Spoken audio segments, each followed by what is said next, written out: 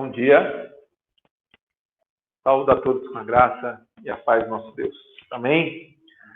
Então vamos lá, dar continuidade então à nossa aula de Filipenses, né? A carta aos Filipenses, rumo à maturidade. Né? A gente percebe Paulo cuidando dessa igreja, né? Para que essa igreja se torne uma igreja madura. E também podemos olhar a própria maturidade de Paulo ao olhar para a igreja. Tá?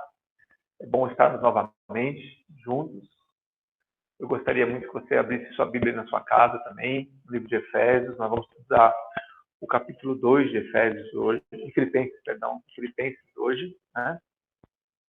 E vamos orar para que Deus continue cuidando de nós, que Deus continue falando as nossas orações, e possa ministrar, nos usar apenas como instrumento da sua bênção, tá?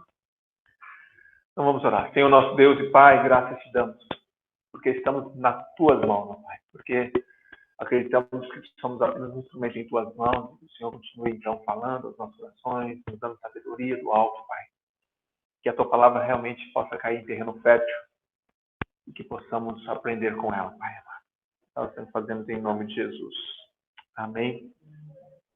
Então, hoje, nós vamos estar estudando as duas aulas que ficaram pendentes, né? A aula 4 e a aula 5, tá? Então, fazendo uma introduçãozinha do livro de Filipenses, é impressionante a gente olhar para essa igreja, ver o carinho que Paulo, então, demonstra para com essa igreja, né? Paulo, ele diz que começa dizendo que está orando e agradecendo a Deus pelo trabalho, pela cooperação dessa igreja em relação ao evangelho de Paulo. Paulo se encontra preso em Roma. Então, a situação era bem difícil. Os irmãos de Filipenses souberam, então, da prisão de Paulo. Isso, pelo que parece na carta, uma angústia enorme para os filipenses. E Paulo o tempo todo tenta, então, conciliar isso, né? Paulo o tempo inteiro ministrar a vida deles, tentando acalmá-los, tentando ensinar eles, então, a passar por essa aflição, né? Mas é fato que Paulo, então, que a igreja está aflita, tá? E aí ele vai começando no capítulo 1 aqui, ora, agradece, depois fala para eles, olha, fica tranquilo, apesar de eu estar preso, isso tem motivado muitas pessoas, então, a pregar o evangelho. E as pessoas, então, ouvindo, então, que Paulo estava preso, muitos se retraíram, pelo que parece, a igreja de Filipenses é uma retraída, mas Paulo motivando eles justamente o contrário, falando, olha, esse fato de eu estar preso, Deus tem usado para a bênção. E aí é isso que a gente entender Deus agindo em nossas vidas, né? Muitas vezes a gente está na escuridão, a gente está num momento difícil, no deserto, na dificuldade, a gente não consegue ver Deus agindo. E aqui a gente percebe isso. A situação era ruim. O momento também não era ruim. Havia uma perseguição de judeus e logo desencadeia também uma perseguição dos romanos, né? A gente já sabe a história, a gente pode falar sobre isso. Então, era uma igreja que crescia na graça, no conhecimento de Deus, mas também era uma igreja que era rodeada, então, por essa perseguição, por pessoas que estavam contrárias ao evangelho, que não acreditavam, então, nessa nova mensagem, que era uma nova mensagem. Então, estavam passando por dificuldade. Havia uma coisa que nós não sabemos o que é isso hoje. Eu e você não sabemos o que é isso hoje. Graças a Deus, nós temos a liberdade de pregar o evangelho. Nós temos a liberdade de ir e vir, de falar, de pregar, de anunciar, de ensinar, coisa que não era tão comum nessa época, e a gente não percebe Paulo fazendo isso, ministrando o tempo inteiro, então, a igreja de Filipenses, né? Aí, dando continuidade, então, ele no capítulo 1, e aí ele chega a falar assim, ó, não importa o que aconteça, exerça sua cidadania de maneira digna do evangelho de Cristo, para que assim quer que eu vá ou veja, quer apenas ouça a respeito de minha ausência, fique eu sabendo que vocês permanecem firmes num só espírito, lutando unânimes pela fé evangélica. Quer dizer, Paulo fala assim, eu estou preso, mas eu posso sair daqui. Eu estou preso. Ele chega ao ponto de dizer assim, ó, posso até morrer, porque para minha vida considero como perda já. Estar com Cristo é muito melhor. Essa compreensão é espetacular, né? A nossa vida é totalmente dependente de Deus. Ele fala, olha, eu posso perder a vida assim. E para mim seria muito melhor estar com Cristo. Mas, por causa de vocês, eu até gostaria de permanecer no corpo. E aí ele pensa na igreja de Filipenses. Olha, vamos juntos, né? Vocês exerçam sua cidadania. Vocês convivem com pessoas ao seu redor. Vocês conhecem pessoas. O trabalho é enorme de pregar o evangelho. Então, continue fazendo assim. E aí ele mira com um texto maravilhoso das Escrituras, que é do capítulo 2, quando ele vai falar de Jesus Cristo. Ele fala assim, seja a atitude de vocês a mesma de Cristo Jesus. Gente, você já parou para pensar nesse texto aqui, do capítulo 2, do verso 5 ao verso 11? É um clássico das Escrituras. Isso deveria permear nosso cristianismo a vida inteira. Assim. Esse texto deveria estar gravado no nosso quarto, nossa mente, no nosso coração. Tem um pôster desse texto para a gente entender o cristianismo, né? Eu vou recapitular falando para vocês, então. Novamente esse texto. Seja a atitude de vocês a mesma de Cristo Jesus, verso 5 do capítulo 2. E que, embora sendo Deus, não considerou que ser igual a Deus era algo que deveria pegar, mas esvaziou-se a si mesmo, vindo a ser servo, tornando-se semelhante aos homens. E sendo encontrado em forma humana, humilhou-se a si mesmo, e foi obediente até a morte, e morte de cruz. Por isso Deus o exaltou à mais alta posição, e deu-lhe o nome que está acima de todo nome, para que o nome de Jesus se dobre todo o joelho nos céus e na terra, e debaixo da terra, e toda a língua confesse que Jesus Cristo é o Senhor, para a glória de Deus Pai. Então, esse exemplo de Cristo, sendo Deus, esvazia-se então da sua glória para ser um servo, né? Para ser um homem como nós. Isso é maravilhoso. É que a gente precisa entender na nossa vida. A gente não é nada. A gente não é nada. A gente não é nada. A gente precisa da graça de Deus, da sabedoria de Deus, do cuidado de Deus. E aí essa ministração continua, então, nesse que a gente vai estudar hoje, sobre a questão da salvação, tá? Desenvolvendo a salvação. Tá? Então, abra sua Bíblia, então, novamente, né? Vamos ler, então, do verso 12 ao verso 18 do capítulo 2, tá? Hoje tem a ver com a aula de hoje. Diz assim o texto bíblico. Assim, meus amados, como sempre vocês obedeceram, não apenas na minha presença, porém muito mais agora na minha ausência, ponham em ação a salvação de vocês, com temor e tremor. Pois é Deus que efetua em vocês tanto querer quanto realizar, de acordo com a boa vontade dele. Façam tudo sem queixas nem discussões, para que venham a tornar-se puros e irrepreensíveis, filhos de Deus inculpáveis no meio de uma geração corrompida e depravada, na qual vocês brilham como estrela no universo, retendo firmemente a palavra da vida. Assim, no dia de Cristo, eu mergulharei de não ter corrido e nem me esforçado inutilmente. Contudo, mesmo que eu esteja sendo derramado como oferta de bebida, sobre o serviço que provém da fé que vocês têm, o sacrifício que oferece a Deus, estou alegre e me regozijo com todos vocês. E sejam vocês também alegres e regozijem-se comigo. Então, percebem, né? Leem esse livro novamente na casa de vocês. O quanto Paulo tenta os motivá-los na alegria. Ó, eu estou, apesar da dificuldade que estou passando, eu estou alegre no Senhor. Vocês também devem estar alegres no Senhor. Né? E aí ele vai dizendo aqui. A ação, a salvação em ação.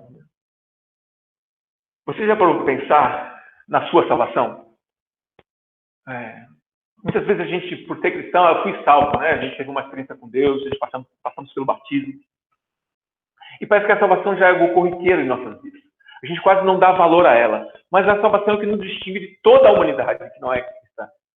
Todos aqueles que não são cristãos não são salvos. Nós somos salvos. Isso é uma grande alegria que deveria ser. Nós devemos resgatar essa alegria para nós. A questão de sermos salvos. Né? Parece que é corriqueiro ser salvo. Salvo do quê? De quem? Você já parou para pensar? Se você é questionado, eu sou salvo. Salvo do quê?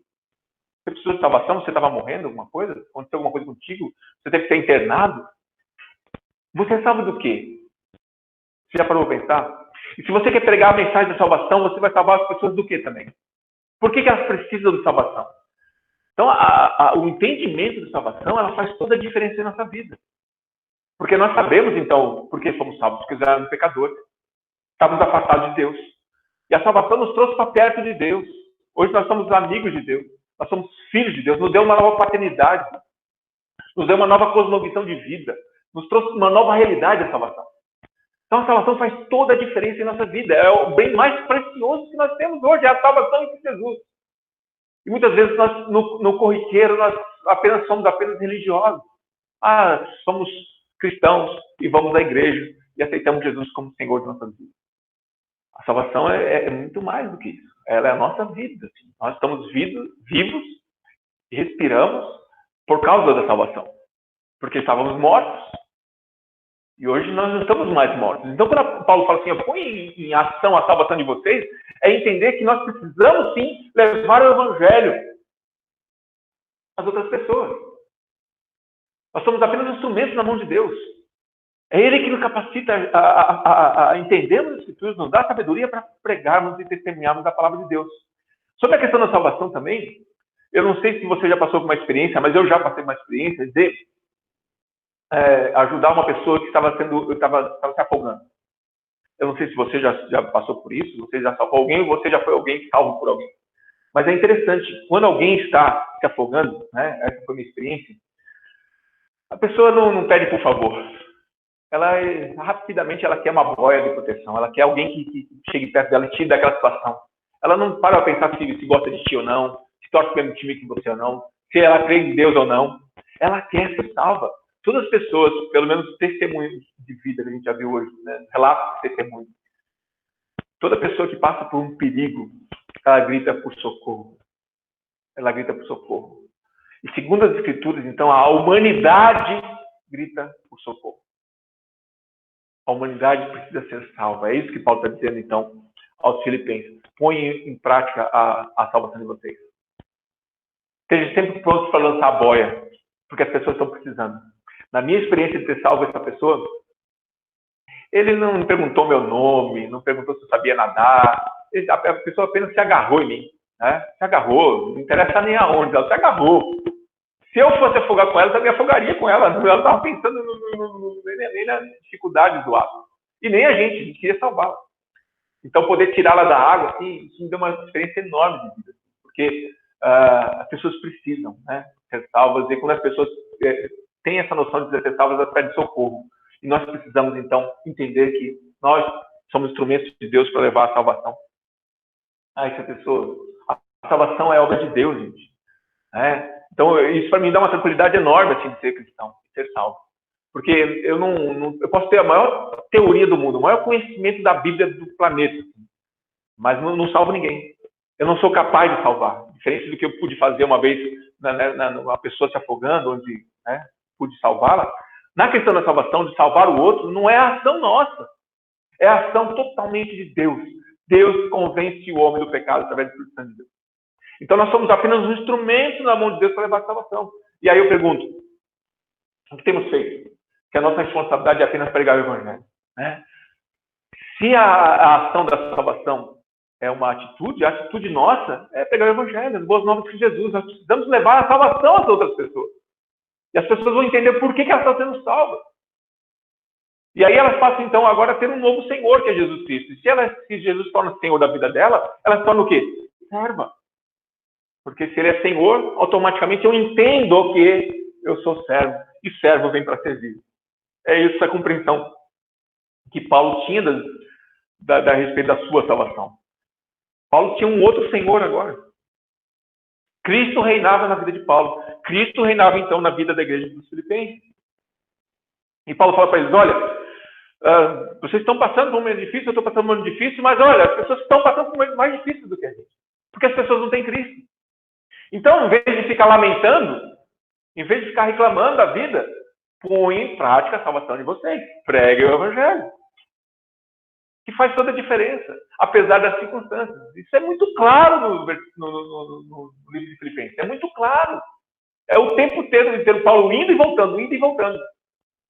E aí, quando eu disse no verso anterior, no capítulo anterior, ele coloca Jesus como ápice do nosso comportamento.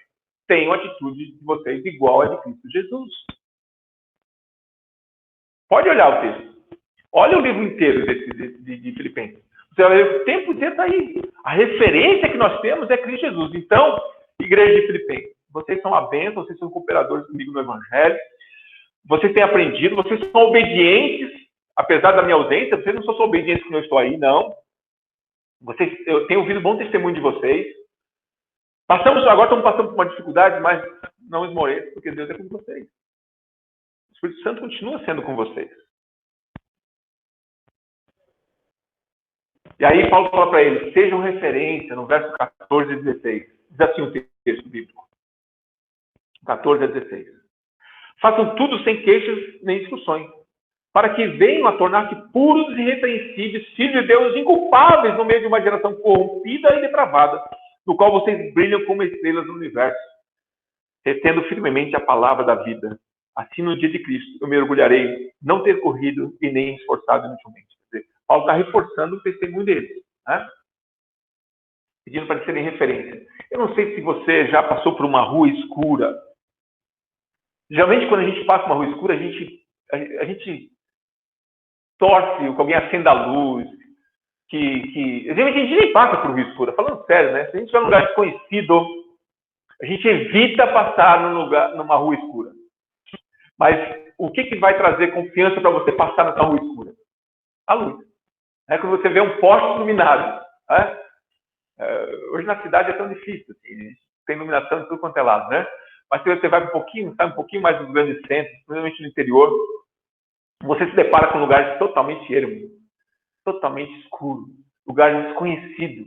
E você, quando passa por um lugar desse, você fica com medo de passar. Você perde sua coragem, muitas vezes, né? Você fica titubeando de passar, porque você tem medo do desconhecido. Todos nós temos medo do desconhecido. E aí Paulo fala para eles assim, torna-me conhecido, sendo luz. Torne-me conhecido, sendo luz como a estrela do céu. Como um poste de luz. As pessoas precisam olhar para o cristão e olhar como referência de vida.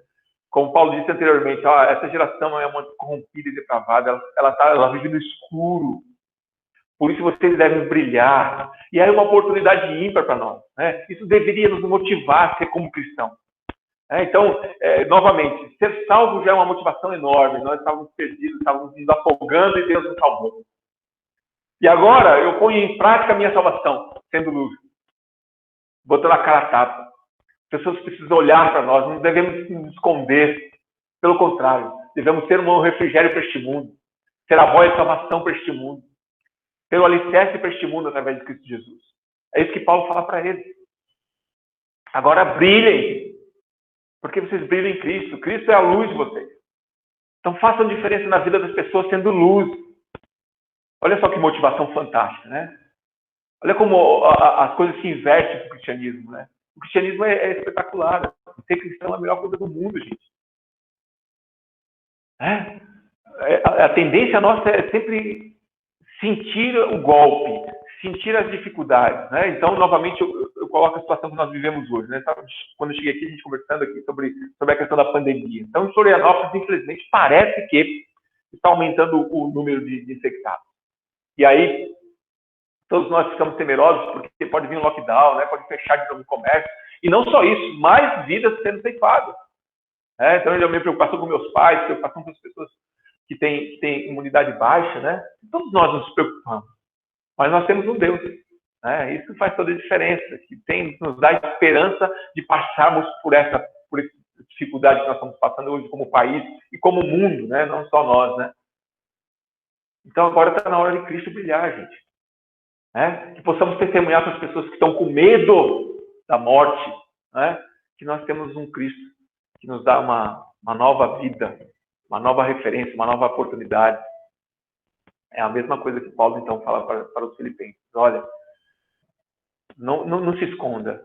Não pare de ficar reclamando, pare de ficar murmurando e vão para a ação. Vão fazer diferença na vida das pessoas. Né? E também, conhecedores da palavra de Deus. A palavra de Deus, ela está ao nosso alcance. Eu não canso de dizer que hoje nós somos o privilegiado de termos as escrituras ao nosso alcance. Muito fácil hoje, né? Ninguém mais sai de celular, né? A gente vai sair de Bíblia. Tem celular, ninguém mais sai mais. Só que tem aplicativo, tem a Bíblia. Então nós temos a Bíblia constantemente hoje nas nossas mãos. Agora, qual é o grande desafio quando a gente tem a coisa fácil demais? É não dar importância a isso. Quando é muito fácil, a gente perde a importância. Naquele tempo não se tinha as escrituras que nós temos hoje. Então qualquer texto ou a carta gera um motivo deles se apegarem. Eles se apegavam muito mais do que eu e você nos apega hoje à palavra de Deus. Muito mais. Tanto é que essa carta já foi lida e relida muitas vezes. Não só pela igreja de Filipenses, mas por toda a igreja à sua volta. Porque era água no deserto. Era água no deserto. A palavra de Deus tem essa conotação de ser água no deserto. Né? Quando eu estou com sede. Que venhamos a ter sede da palavra de Deus. E aí, por vivermos muitas vezes nesse mundo de fartura, pouco nos falta. E aí pouco buscamos, então, essa referência que é a palavra de Deus. mas ela é referência para a humanidade. Ela é referência para os nossos familiares, ela é referência para os nossos vizinhos, ela é referência para o lugar que a gente trabalha. As pessoas que não conhecem Jesus, a palavra de Deus é referência, meus amados. Nós precisamos crer nisso. E Paulo está fortalecendo a igreja de Filipenses para crer nisso. Olha, né? Não fique de braços cruzados e vão. Ponham em prática. Né? E aí eu pergunto para você, que está me ouvindo, né? Você tem posto em prática, então, a sua salvação? Você tem posto em prática o seu conhecimento de Deus? Você tem posto em prática o seu testemunho cristão? As pessoas têm visto em você algo diferente?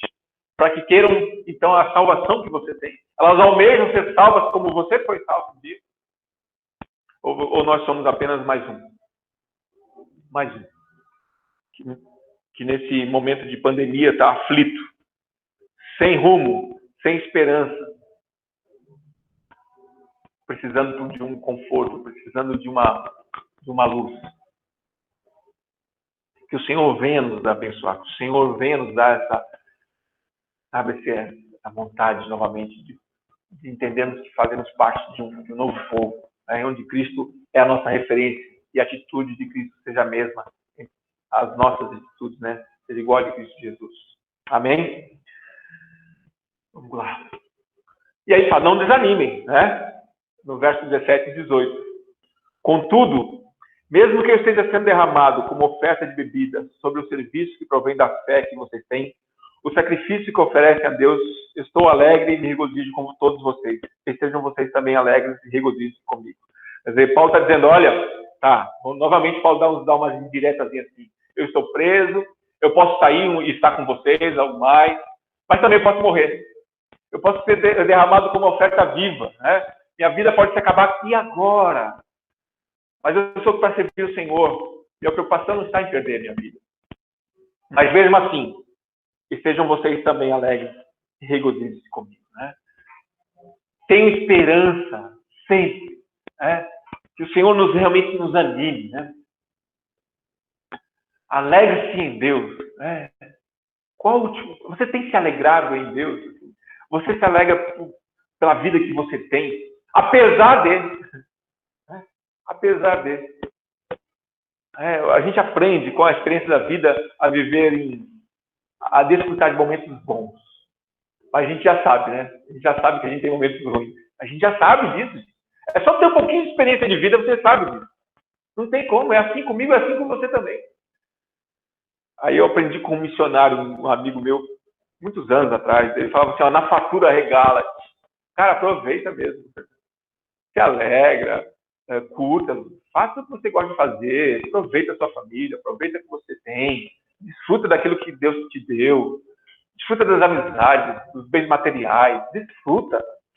Se você tem a vida conectada com Cristo, se você sabe que tudo que você tem pertence a Deus, desfruta. Não fica tímido, não. Não fica, não, faça, Deus te deu, tudo pertence a Ele. Ele te deu a oportunidade de desfrutar desse momento bom. Aproveita o máximo, sabendo que Ele é que te deu. É Ele que tem botado sua graça sobre a sua vida. Mas tem momentos ruins, querido. Tem perdas, muitas vezes irreparáveis. Tem situação de dificuldade.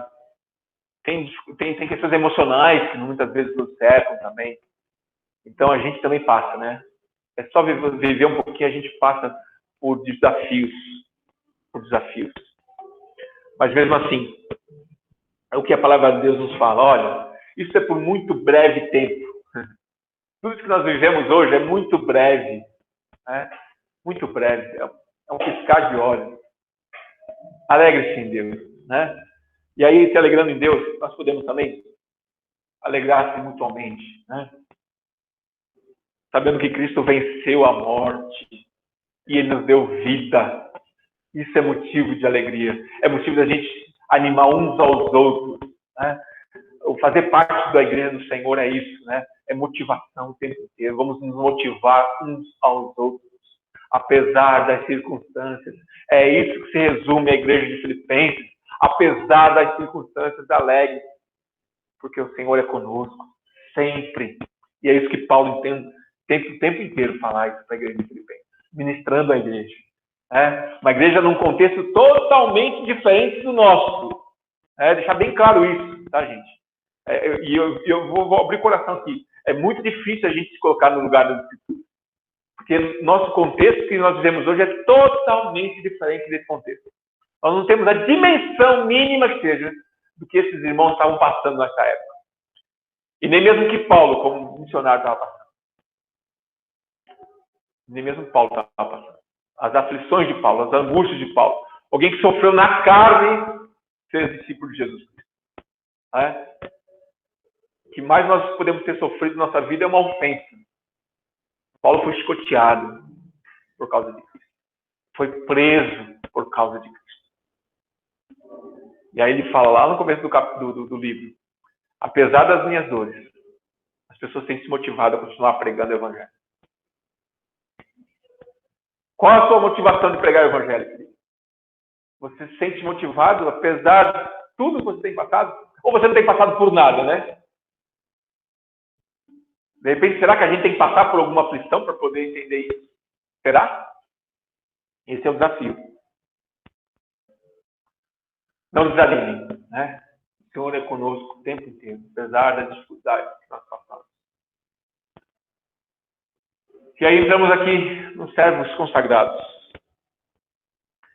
E aí Paulo, novamente dando um conforto à igreja de Filipenses, no verso 19, capítulo 2, até o verso 30, ele diz assim: espero no Senhor Jesus enviar-lhe Timóteo brevemente, para que eu também me sinta animado quando vocês receberem notícias dele. Não tem ninguém que, como ele, tem interesse sincero pelo bem-estar de vocês, pois todos buscam seus próprios interesses, não de Jesus Cristo. Mas você sabe que Timóteo foi aprovado porque serviu comigo o trabalho do Evangelho, como um filho ao lado do seu pai. Portanto, é ele quem espero enviar, tão logo me certifique da minha situação, confiando no Senhor, que em breve também poderei ir. Contudo, penso que será necessário enviar-lhe de volta Epafrodito, meu irmão, cooperador e companheiro de lutas, mensageiro que vocês enviaram para atender as minhas necessidades. Pois ele tem saudade de todos vocês e está angustiado porque ficaram sabendo que ele esteve doente, de fato ficou doente e quase morreu. Mas Deus teve misericórdia dele, e não somente dele, mas também de mim, para que ele não tivesse tristeza sobre tristeza. Por isso, logo enviarei, para que quando ouvirem novamente, fiquem alegres e tenham menos tristeza. E peço que vocês o recebam no Senhor com grande alegria e honrem homens como este, porque ele quase morreu por amor à causa de Cristo, arriscando a vida para suprir a ajuda que vocês não podiam dar. E aí ele entra aí com esses dois figuras aí, novamente tentando motivar a igreja, que é a figura de Timóteo e Epafrodito, né? Olha só, né? Então eu não sei se nós temos essa intimidade com pessoas, né? Como é bom ter uma caminhada de fé com pessoas. Paulo tinha uma confiança enorme nesses dois. Olha, eu não sei se eu consigo ir com vocês, não, mas eu posso mandar Timóteo. E Timóteo é eu. É como se eu estivesse indo no meu lugar, porque ele é como meu filho. Ele tem andado comigo, e é impressionante. Se você olhar a história de Timóteo, é o cara mais próximo de Paulo. Mais próximo de Paulo na caminhada missionária de Paulo. Paulo tem uma segurança nesse sujeito aqui, nesse jovem, que é enorme. Né? E esse homem é um homem de Deus. Um homem também missionário, um homem também que entendia a sua missão como servo de Jesus. E pregador da palavra, um homem que ensinava a palavra de Deus. E Paulo fala assim: eu estou mandando o melhor de mim.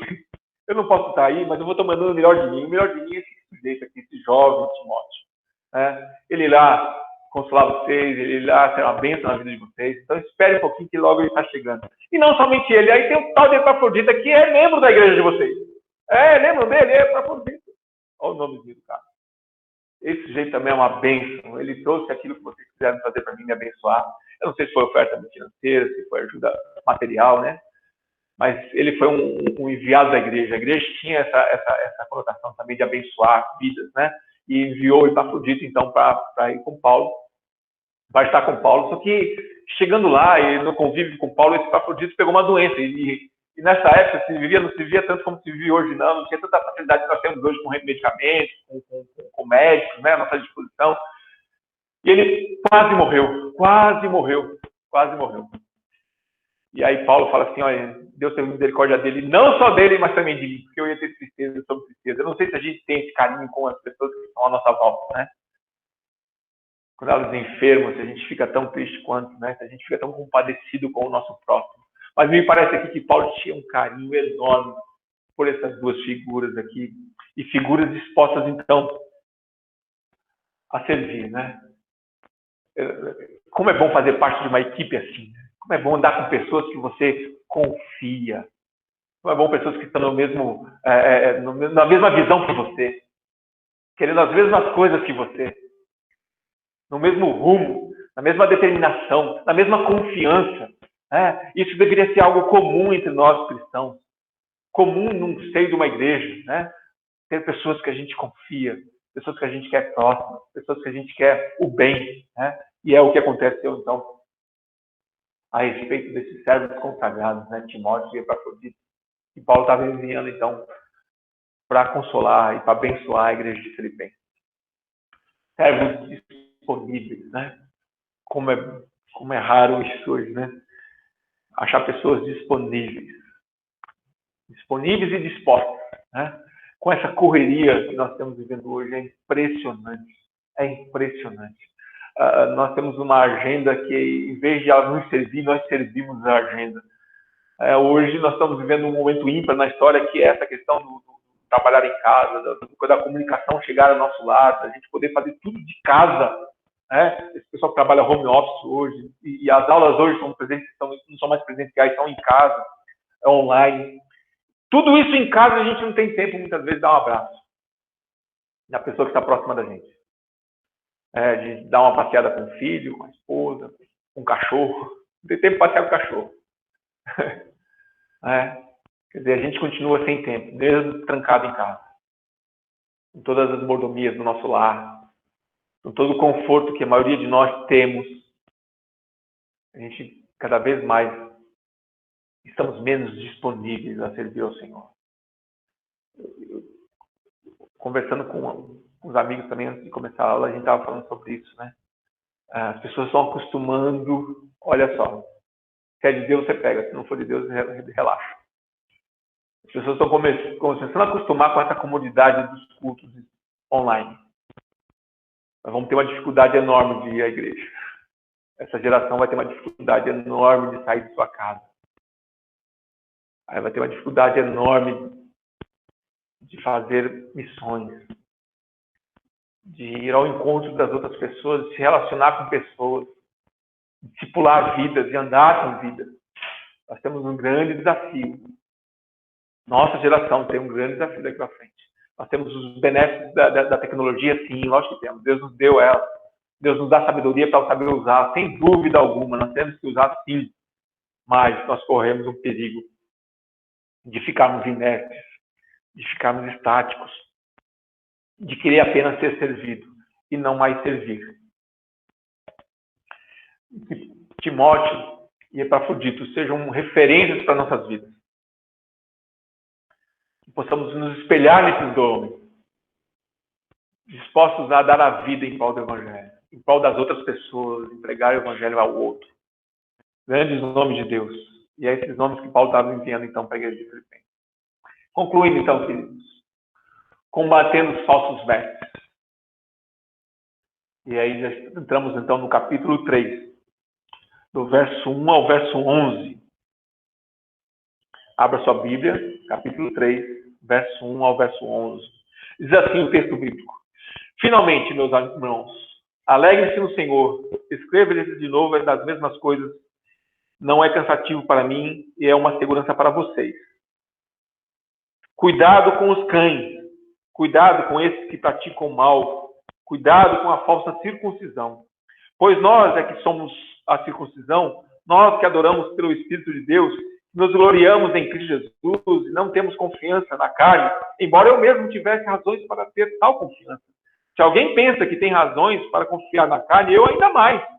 Circuncidado ao 8º dia de vida, pertencente ao povo de Israel, à tribo de Benjamim, verdadeiro hebreu quanto à lei, fariseu, quanto ao zelo, perseguidor da igreja, quanto à justiça que há na lei, irrepreensível. Mas o que para mim era lucro, passei a considerar como perda por causa de Cristo. Mais do que isso, considero tudo como perda, comparado com a suprema grandeza do conhecimento de Cristo Jesus, meu Senhor. Porque quem perdi todas as coisas, eu as considero como esterco para poder ganhar Cristo e ser encontrado nele, não tendo a minha própria justiça que procede da lei, mas a que vem mediante a fé em Cristo. A justiça que procede de Deus se baseia na fé. Quero conhecer Cristo, o poder da sua ressurreição e a participação em seus sofrimentos, tornando-me como ele em sua morte, para de alguma forma alcançar a ressurreição dentre os mortos. Isso é uma compreensão enorme do cristianismo. Aqui está a essência, queridos, do cristianismo nesse texto. Aqui está a essência do cristianismo nesse texto. Maravilhoso. Assim. Que ministração que Paulo deu agora à igreja de Filipenses. Vamos nos manter firmes. Mas cuidado. Cuidado, ele chama de cão, né? A gente aqui chamaria de rato, sei lá, eu acho que a gente não chama de cão porque o cão é um animal muito próximo da gente, né? Não sei se encaixaria o cão. Tem outro bicho que a gente chama, uma barata, um rato, uma coisa assim meio expressiva nossa, né? Dessas pessoas que falam, pregam de forma errada o evangelho, que colocam condições, é chamador de fake news, né? Essas pessoas que colocam, então, condição para a salvação, né? Se você fizer tal coisa, você será salvo. Se você guardar tal dia, você terá que encontrar a salvação. Se você fizer isso ou aquilo, se você for uma pessoa boa, você será salvo. Olha, isso é um cão. Isso é o falso evangelho.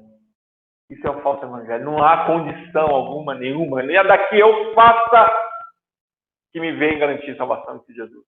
Que venha mudar o coração de Deus a respeito da minha vida. Por isso nós conseguimos entender quem realmente nós somos. Nós não somos nada. Nós não temos capacidade alguma de conseguirmos ser salvos. Não tenha nada que eu venha fazer que venha mexer no coração de Deus para que eu ganhe a salvação. Porque não é meritório. Não é o que eu faço. Não é por benefício. Não é por condição humana. É por fé. Somente por fé. E nesse contexto, então, nós temos os judeus, então, convertidos ao cristianismo, né?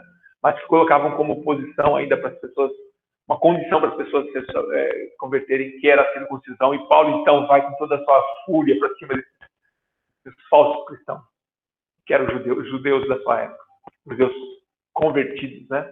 Os judeus cristãos, que não tinham entendido ainda a graça de Deus. E nós somos privilegiados que nós já entendemos a graça de Deus.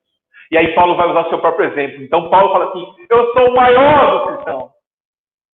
Se for por graça, se for por condição humana, se for por privilégio, se for por mérito próprio, eu sou o maior deles. Aí ele se orgulha ali. Ele fala assim, olha, eu sou hebreu, eu vim da tribo de Benjamim, eu estudei na maior faculdade, eu sou conhecedor, fariseu, eu sou zeloso por isso, eu sou o cara.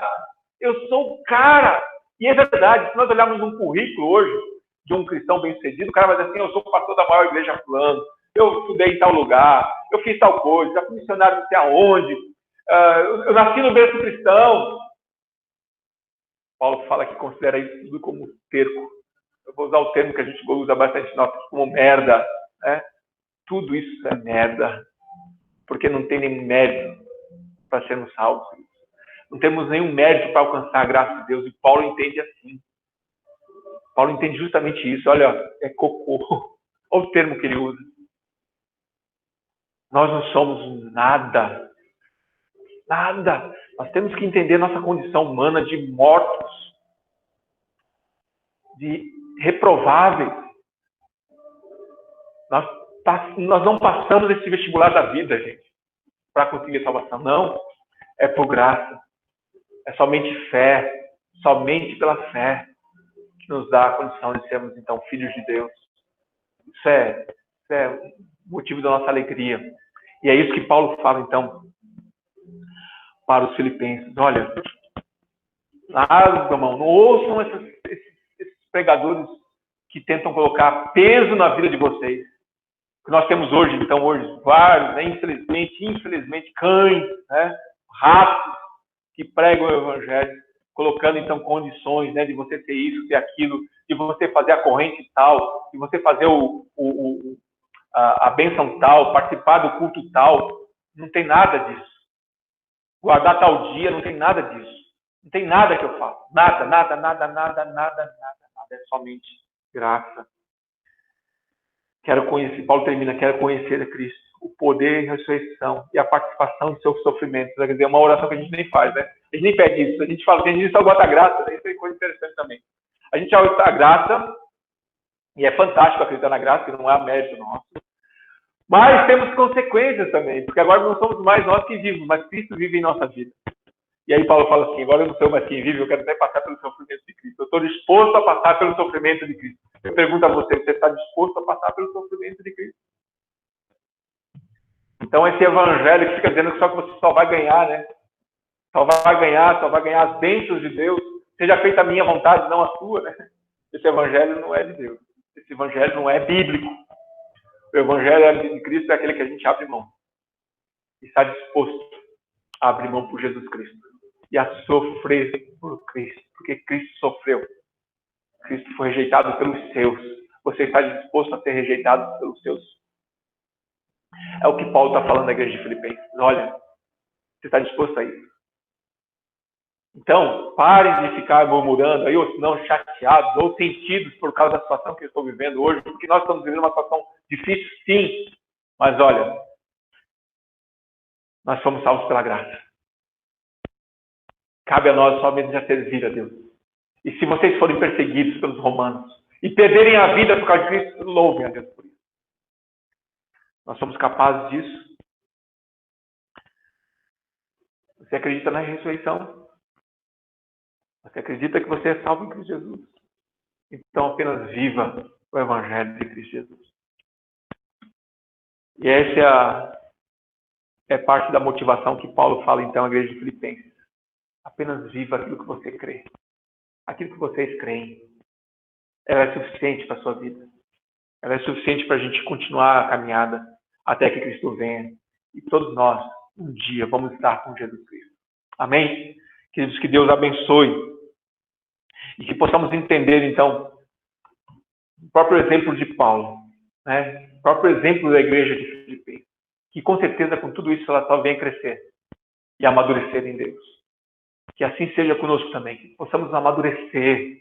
Chega de picuinha, chega de nhenhenhê, chega de se abater por pouca coisa. A palavra de Deus nos quer nos motivar, apesar das circunstâncias, sempre nos motivando. Que possamos sempre, apesar de nos motivar no Senhor. Amém? Que Deus então abençoe, que o Senhor continue conosco, nos abençoando, nos guardando, nos dando sabedoria. Que possamos ter um domingo abençoado, que possamos ter uma semana abençoada no Senhor. Que a paz do Senhor seja com cada um. Que possamos então descansar em Deus. Amém? Deus então abençoe. Até a próxima aula. Domingo que vem, então, nós estaremos aqui após o culto das 9 horas. Né? Então, 10h20, 10h30, então, dependendo do culto, se terminar o culto, a gente começa a nossa aula. Você é bem-vindo a estar conosco. Deus abençoe.